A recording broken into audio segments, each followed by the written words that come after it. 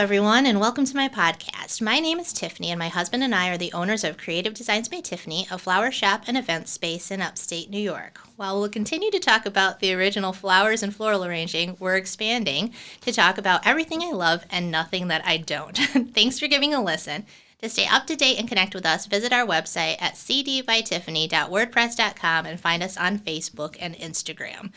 So I changed that intro a little bit there, I Dave. see, yeah, and I know.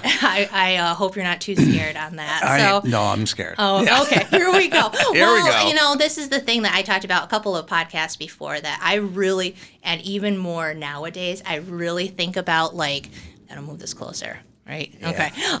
So I really think about like what a person is that I'm supporting in their business. So I thought of it and I said, you know what?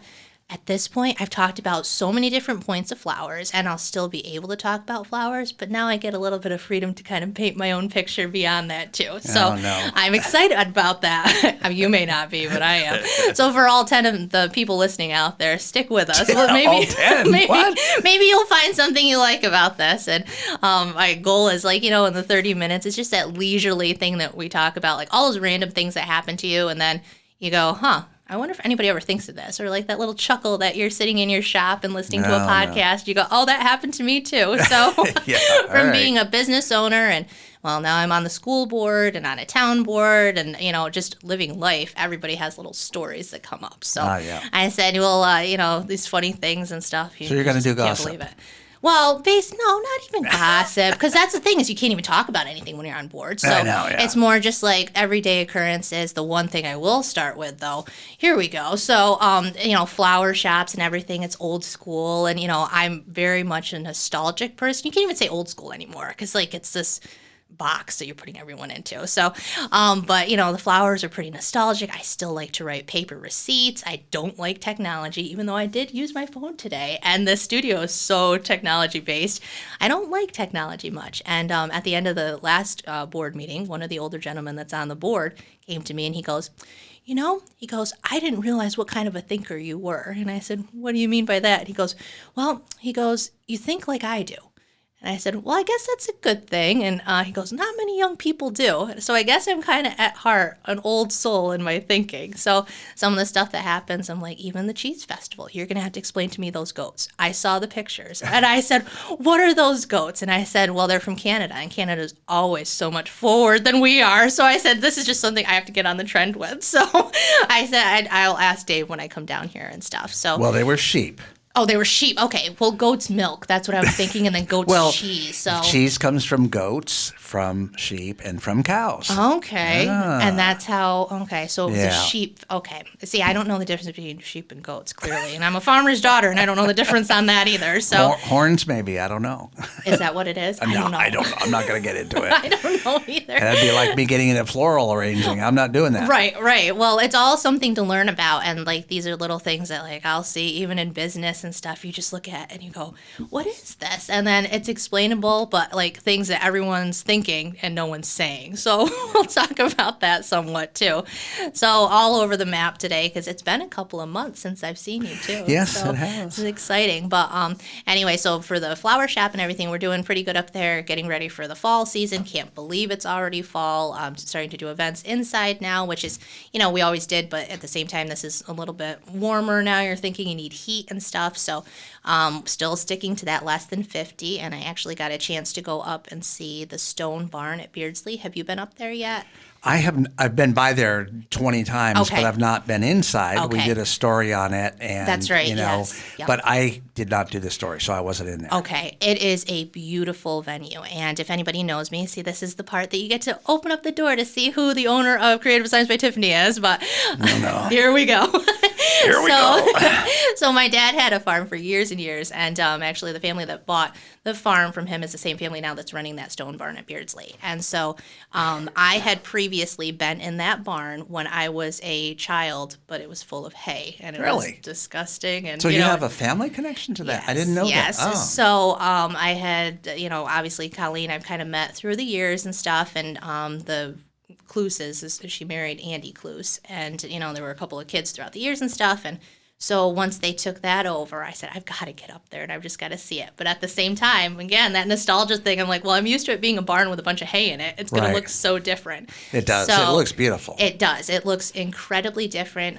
She's so like creative in her thinking too, because they have what would be a kegerator basically in part of what the silo was. So that's kind of where their bar area is. So it's really cool. It's really cool. And they built the bar around it. And like when she was saying too, like a lot of people don't realize that the barn itself is more like in an L shape. So when you're seeing pictures, there's one section and a second section. But like you kind of think, is it just she's transforming it? What's going on with it? So you'll have to get up there and see it. I'll go up there, yeah. Yeah, their restorative properties are just so cool. And her design was an awesome thing that you just would never imagine it to look like that. Wow. So yeah, it's a really neat thing. And spacing.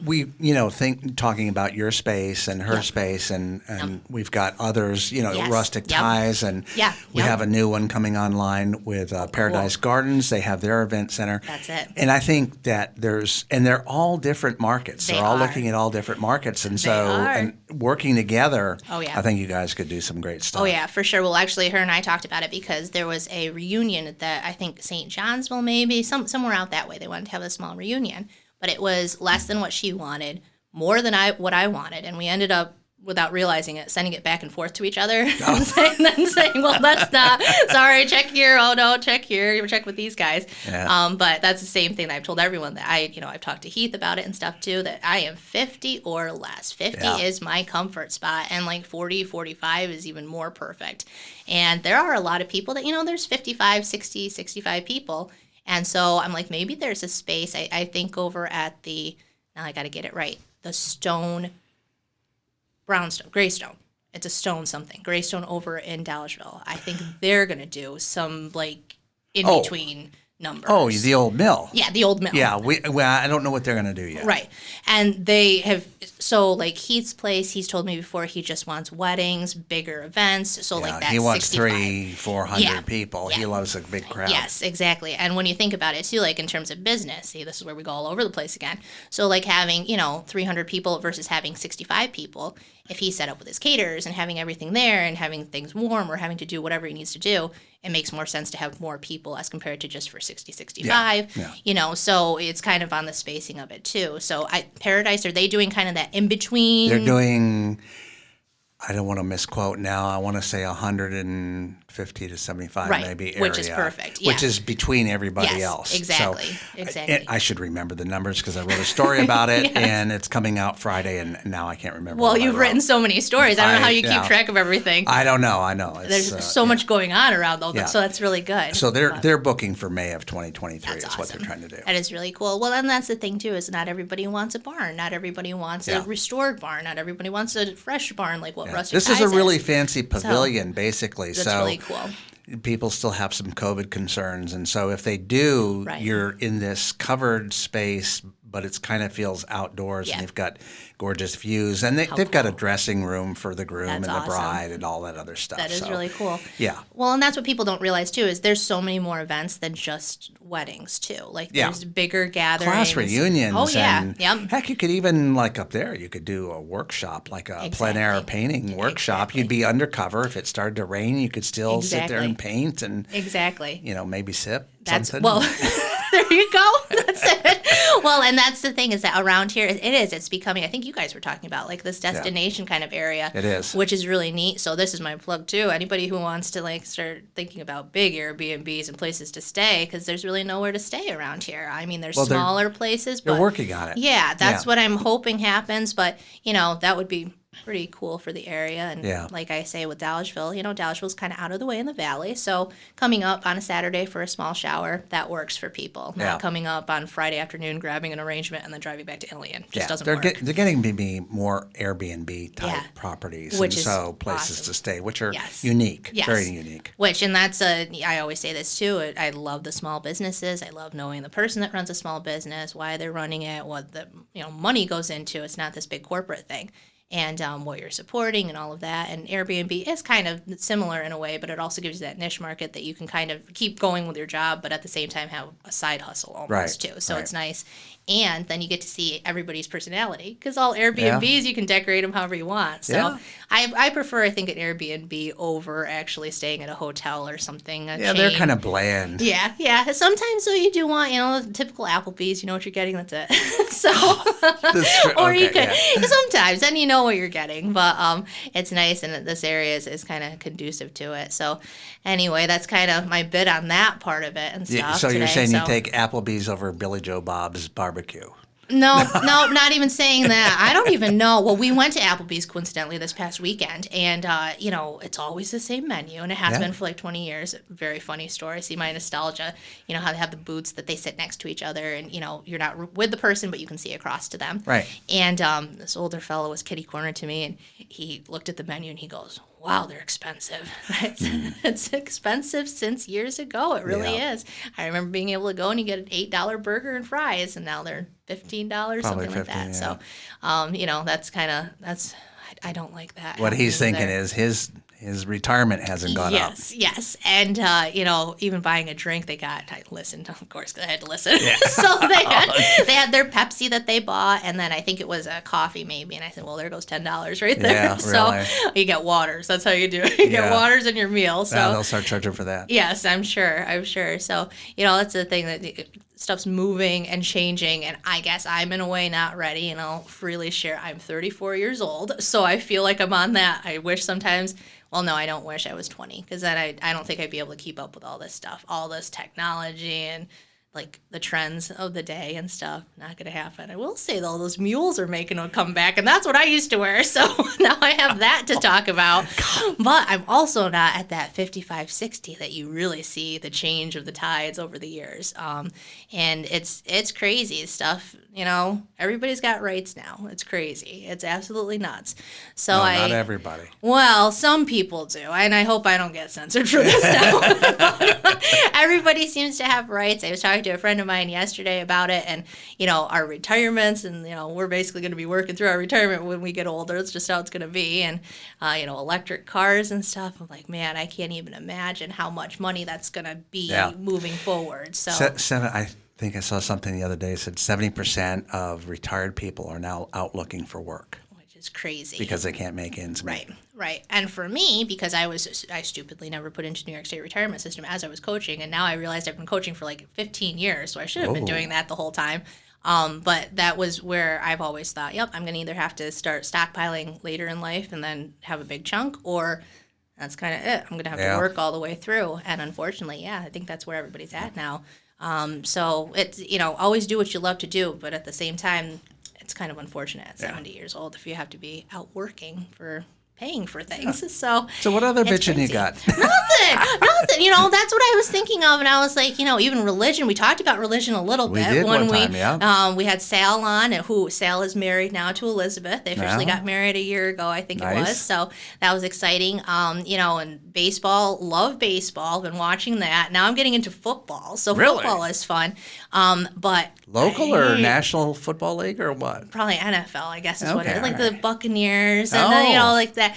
So you're a Brady guy. No, I don't know. I mean, he is the GOAT, as they say. He is the GOAT. But we're not back to the at 45. Cheese festival. Right? No, I'm sorry. No, that was sheep. Though you told me it was a sheep. I know, but you said goat again. I was getting lost. So wait, what would a sheep be then? No, that the GOAT is supposed to be the greatest of all time. Yes. That's what the kids say. All these sling things. Yeah. See, this is where I got to keep up with these things.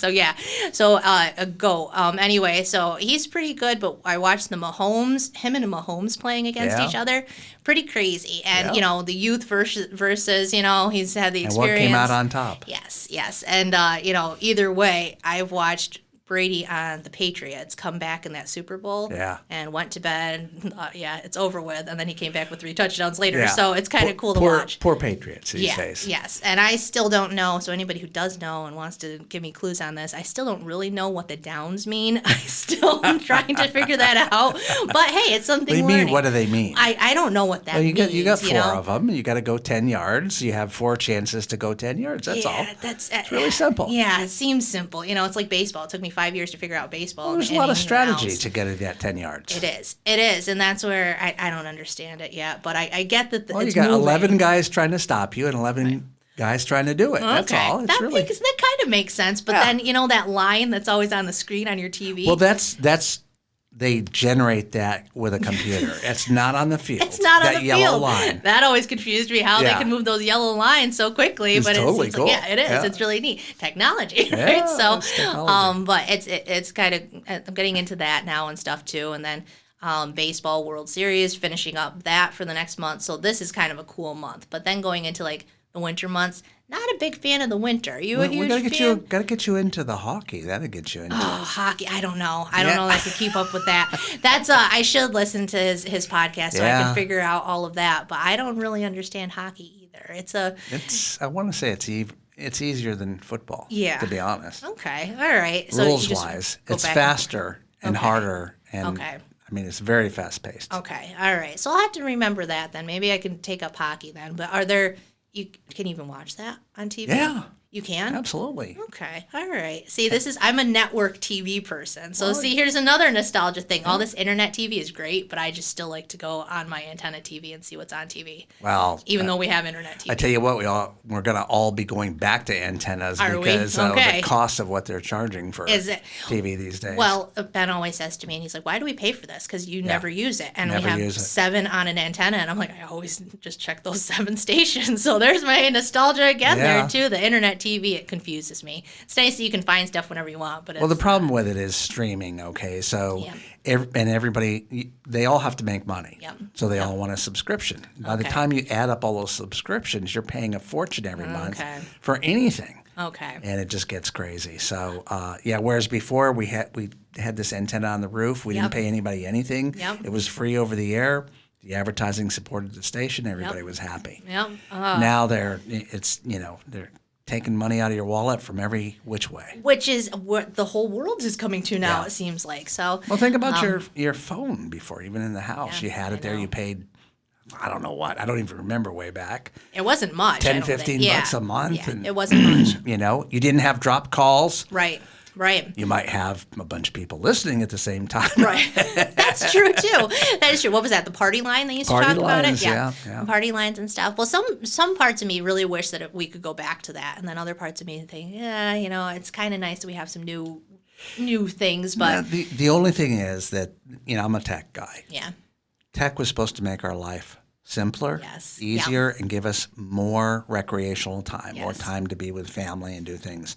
It's done the exact opposite. Yes. Yep. It's a curse. Yeah. I mean, it really is. Yeah. I love it, and I use it, and you're good at it, though. For me, it takes me a while to get to, I just figured out you could share Instagram posts to Facebook. Same that they share capability, and I didn't realize that. It's the same company. It's Meta now. Yes. And they're going to suck you into the metaverse, which is probably the scariest thing I've ever heard. Yes, which is, again, that's my, here we go. Here we go now on all of that. It is. It's crazy. Some of the advertisements and stuff that I see, I'm like, I don't even understand what's going on anymore. So somebody needs to translate it. But I think the young kids know what's going on. I think it's weird. No, they don't either. Okay, so it's just this huge, what they do is they focus on whatever the latest craze is. So if it's TikTok or whatever it is, they're not, most of the young kids, if I talk to them, there's so much I know that they have no clue. Which is interesting because technology. That's what you think it's geared towards, and apparently no one knows what's going on. Yeah. Well, that's even more scary. I don't know. I like the old paper receipts. I still am going with paper receipts. Call me for orders. I have on occasion done Facebook orders. People will call and stuff, but I still like to hear your voice, know you're a real person, and then I'm doing and filling the order for you. So, it's a personal relation. Your business is a personal relationship kind of business. It is, and I more and more I realize that it's me, that I'm the one that I have to be selling the product. I'm doing it because I've had a couple other people that have been in there, and I think I've shared this before on here, that people will walk right past anybody that's helping me and come right for me. And I'm I'm in the middle of something. That's why so-and-so's out in front to take the order. No, it's Tiffany here. So I said I might as well just own it and figure it out from there. But it is. I like that. It's not automated. I have phone calls every single day from whatever it'd be, Teleflora, 1-800-Flowers. And then I know it's still a person on the other end, but it's not really my cup of tea. So I like that personalization thing. But while we're talking about flowers now, so we have this beautiful arrangement here. I see part of it. Hold it up. Yeah, so I'll still touch on arrangements here. So can you see it? Yeah, I can. All right. Well, there you go. Yeah. So I'll spin it around there. So you can see there's a few of the dahlias. Dahlias are just about out of season. Dahlias, quick question. How do you think that those grow? Do you remember? Dun, dun, dun. Uh-oh. What do you mean, how do they grow? So those are tuber plants. And so those have to be dug if you want them to come up for next year. They have to be dug and stored, and then you put them back in the ground in the spring. Okay. Maybe we didn't go over this. This is not ringing any bells. See, I thought on peonies we talked a little bit about dahlias. Yeah. So I don't know, but peonies, same thing. She digs hers, splits them up to sell them. So the dahlias are the same thing. Those have to be dug up after they're done, and then you store them. And I actually was out at the farm yesterday that I buy from out in Fonda, and they are expecting a frost this morning. So I went out for the last hurrah this week, and it was very sad for me. But we walked through her fields, picked what we possibly could, and I savored every last minute of it. So for the dahlias, though, she has in a tunnel, so those are going to keep going a little bit longer. Same thing with that eucalyptus. Eucalyptus is beautiful. So you can dry that, put it in your shower. It smells great. And that'll last a really long time. The one you gave me lasted like 6 months. Did it or really? More. I don't know how long it was in there. Yeah, isn't that cool? Finally, it disappeared one day. Yeah, yep. So it does. It lasts a really long time. And like this is local eucalyptus, and I love just doing that on the leaves. And you can't see it unless you're watching, but I love like smushing the leaves kind of together, and then it really brings out that scent. So it smells really strong. And that is in a high tunnel of hers too. So we'll still have dahlias and eucalyptus going into probably about till the beginning of December. So they're called high tunnels now instead of greenhouses? Well, hers are high tunnels. Oh, fun story. What does that mean? Oh, here we go. Fun story on this and government funding. So here we go. Oh, no. She'll still have those in her high tunnels, and that allows the season to go a little bit longer. Then these are local flowers, the lilies and the roses that you see in this arrangement. So those obviously we have year round, but they do make them for like the fall season that there's like a peachy, yellowy kind of color. So it's nice to have the hybrids. And government funding, here we go. So she is hoping to get this grant because there's apparently a bunch of grants. I don't follow it, but there's a bunch of grants for when you're growing things. So they have to put up high tunnels, and then they'll get reimbursed. Now, yeah, these are New York State grants. If I remember reading something about that. Yeah. So a high tunnel runs $15,000-$20,000 at a rip. Yeah. Very expensive endeavor, especially for farmers. Anybody who has done farming is a huge risk. It's a lot of money up front, and it may or may not work out for you. She's been in this business for over 10, 12 years, I think now at this point, went to college for it, has learned over the seasons and stuff. So even so, it's still a risk. Oh, yeah. So you have to be very passionate to be in that business. Right. And her thing with it is that, we're paying up front for these tunnels in hopes that they come back and reimburse us. And I told her, I said, I think you're good because you have such a reputation. You've done it for so long. They're not going to come back and say, oh, you put this up. Sorry, we can't reimburse you. Well, it seems like she should have filled the paperwork out first. Then they give an okay, which means go spend the money. And then when you show us the receipts, we'll give you. And it's probably not 100% reimbursement. I don't think Nothing from the state ever is. Right. And I don't think it is. Yeah, and so probably 60. That's the variable that we spend the money up front, and then in hopes that they still come back with a check with us. And we all know in New York State where the money goes sometimes. So hopefully it's still there. Really the worst part is the time it takes to get that check. It's typically it is. Years as opposed to months. And you're sitting on it. And so that's where I can see where it'd be pretty nerve-wracking for her, and that's her bread and butter. Her husband has another job, but it's still like that's their I think she income. could, you go to a bank and you say, look, I've got this state grant. They've approved it. Right. All I need is the money until their check comes in. Hopefully. That's what we're hoping. New York State seems to be really good with like nonprofit things, but then when it's a for-profit, I don't know how quickly it comes through and stuff. So we'll see what happens with that. But if she does get a couple more tunnels, that'd be awesome because then there's a longer season. And I've always told her do year round because there's no flower grower in New York that can do a year round. But then you get into how are you going to heat your tunnels? It would be a lot more. That's a real variable, especially with the cost of heating oil and things like that today. Exactly. You'd have to look at maybe if you had some kind of an existing structure and then you could just add heat to it to make it a little bit better or add insulation or something. Yep. Exactly. It'd be cool. Exactly. It is. It's a really cool thing to see though at her place too. And you can kind of like I don't even know. Like I walk through the fields and she has, there's weeds that grow up through it just like you wouldn't have in your regular garden, but your flowers are still coming up too. And then the maintenance and then the irrigation system. Yeah. It's crazy. I tell her I'm not a flower grower. I threw in some dahlias, didn't do so well for me. So I said, I'm going to leave that to you. That's it. I tried and it didn't really work. I like the cut flowers. So, but yeah, it's a really interesting piece of it and stuff. And, I think of it too down in South America. That's what they're doing year round to produce flowers for us. So it's very cool. I would highly suggest finding places like that you know where your stuff's coming from too, and it gives you a little bit more appreciation than just paying $2.99 at the store and realizing where it comes from. Yeah. So they have seasons in South America. It's just they're opposite of ours, which means that's how you could get the flowers in winter. Yeah, exactly. Yeah. So, I know something about that. It's, a little bit. See, that's Holland is a big thing, too. Holland is a big supplier of tulips. This year, too, specifically with her, she's going to start trying to do some tulips earlier. So she's going to force them inside. So the bulbs, so we'll see how that goes, too. Maybe might have a few early. So we'll see. That'd be nice. Yeah. And then lastly, on the flower arrangement, I forgot about this. So I decided, those little cardettes that you get with your flower arrangements, I made some that actually say just for you by Creative Designs by Tiffany. You know why? Because special. All of the cardettes I can't get anymore because of supply and demand. So I said, I'm just going to buy some and we'll leave it like that. And then on the back, it looks like a business card. So, nice. So if you get one of those, Instagram it or Facebook it for us so that I can see that you got one from us. Most of my arrangements, you can kind of tell they're mine, but, still it's nice to know.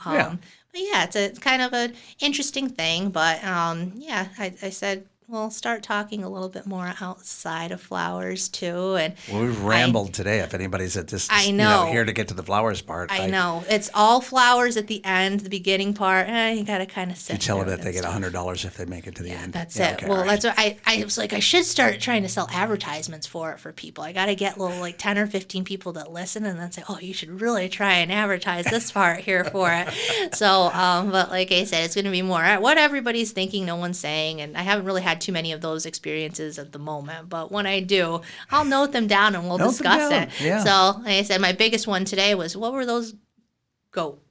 Sheep. They were the sheep. That was the sheep. I didn't know what those were. And I said, I got to figure that out because I'm sure I wasn't the only one thinking, what is that? They had advertised it at La Moutons, and it was out of Toronto, Canada. Okay. Yep. And it's a dance troupe, and they basically studied sheep behavior. So they were trying to be absolutely authentic in these costumes. See, I thought it was like a live show. I thought it was going to be like not like them in the streets as sheep. That's what I was thinking. The problem was people had asked, could they have live animals? Well, that creates a whole lot of problems. Yes, it does. Okay, so it's a mess. Yes. Then you have health concerns, and you have food out there, so they were concerned about people touching the animals and touching food, and so everybody was like, that's a no-go. So this dance troupe is famous. They travel all over the world, and they get performances. Crazy. Yep. So they thought, wouldn't it be cool if they were up and down the street? That's so cool. I personally thought it was one of the funniest things I've ever seen. Now, can imagine, I did not see the whole performance. So there are pieces that people are putting up on TikTok that I probably wouldn't have gotten into. I wouldn't have done, but... So wait, so they did perform then, or they were just like sheep in the streets? You could call it a performance because they were human beings in sheep clothing. And so, all right? I mean, so it's a performance, right? Yeah, that's true. And they had a shepherd, and he was walking down behind them, and they were, and and the funniest part for me was watching the kids' faces. Yeah, I'm sure. And then the other part was... they would sometimes just plop down at someone's feet, and they didn't see him coming. Okay. And it was hilarious reactions of the people. They'd look down and, what in the hell? Oh, my gosh. And it was just, I almost went back to photograph the second performance at 2:30, and I didn't because I was worn out by then. Yeah, I had started early in the morning. I'm sure. And I wanted to just capture the expressions on people's faces. Okay. And that would have been, I think, a hilarious video clip. It's ridiculous. Because I saw some expressions that were just crazy. I can't even imagine. Well, that's what, like I said, I didn't know what it was. I thought it was just like a performance they do in the middle of the stage street kind of or something. Thing. Yeah. No. They walked the whole route. Well, the shepherd, and they went down the street, and it was... It was a hoop, but it definitely created a lot of controversy. Well, let me tell you, though, whoever came up with that, that's pretty cool to be forward thinking in that way, that like, hey, we can't have live animals, so what's the next best thing? What can you do? Yeah, and they just happened to, and these guys, and there were people who came from other parts of the country because of these guys and their reputation. Cool. That's so cool. So it drew other people who didn't know about the Little Falls Cheese Festival. It drew people here. Wow. And of course you got people on there that are, they saw some of it. And yeah. I'm not sure where I am on the urinating in the street and being milked in the street kind of thing. No, not a fan of that. I'm not sure where I stand on that. But I will say that them walking and buying and, the bells around their neck and all was just hilarious. And that shepherd. And then the shepherd had a pouch of, like, lettuce, and he would give it to the kids and have the kids feed the sheep. Yeah. It was hilarious, the kids' really expressions. Funny. But somebody did have another point on there. They were talking about this thing with the furries and litter boxes. Oh, my gosh. Oh, so are we setting an example that it's okay for human beings to act like animals? Right. And okay, all right.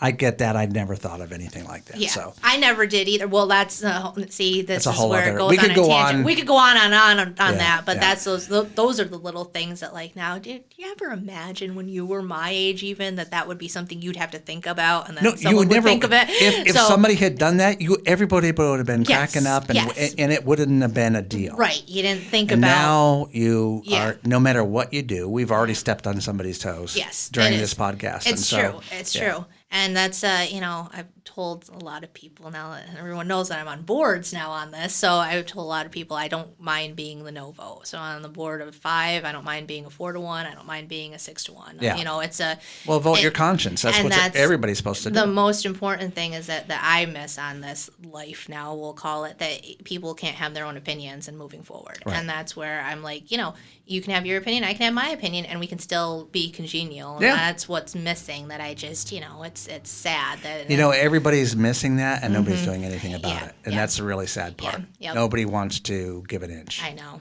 so. And it's not good, but that's where hopefully maybe this will bridge it a little bit. You can laugh at me, and I don't care. And I love exactly, maybe the sheep thing too. Like I said, I didn't really understand it either, and would I have wanted them to urinate in front of my store? No, I wouldn't. But that is quite a feat. I doubt it was urine. Whatever. It was water. But I'm figuring it was water probably too for cleanup, right? So. Well, yeah. But then you are in a costume for a long period of time. I mean, you got to go. I guess that's true too. No. Well, the thing that I'm thinking of the most on it is that I must be in the wrong business, traveling around the world dressed up as a sheep though and sought after. Like that's. I should start doing that. Maybe I don't know what they got paid, but they're. To come to Little Falls from Toronto, you said they were from? Yeah. They must be getting something. So it's not, maybe it's a hobby. Canadians, I can't no, say. It's not a hobby. These are professionals. That's so maybe I am in the wrong I think business. They do other things. So this was just one of their routines, yes. Oh, that's cool. But they're Canadian, eh? So what do you expect? French Canadians. They weren't French Canadians. Yeah, they weren't French Canadians. They were Asian Canadians. Were they really? Yeah. That's cool. So see, I really might have a job. I'll have to give them a call. Maybe they're listening now. No, I don't think it could be a sheep. The sheep can't talk. That's the problem with me. I couldn't be the sheep. But you'd be buying a lot. I would. I wouldn't be able to. You're like, can't I just talk? I'll be the talking sheep. So anyway, well, I hope everybody enjoyed this today, and I'll get into a few more things as we keep going. Like I said, religion too. I've thought about it. Maybe I should make something that, like, there's a stream or an email that people can send their thoughts into, and then I'll just talk about it too. So, it's like Tiffany Talk, and it's everything. Like Howard Stern, not Howard Stern. I don't like Howard Stern saying, but we hope you enjoyed today's podcast, and we will talk to you next time.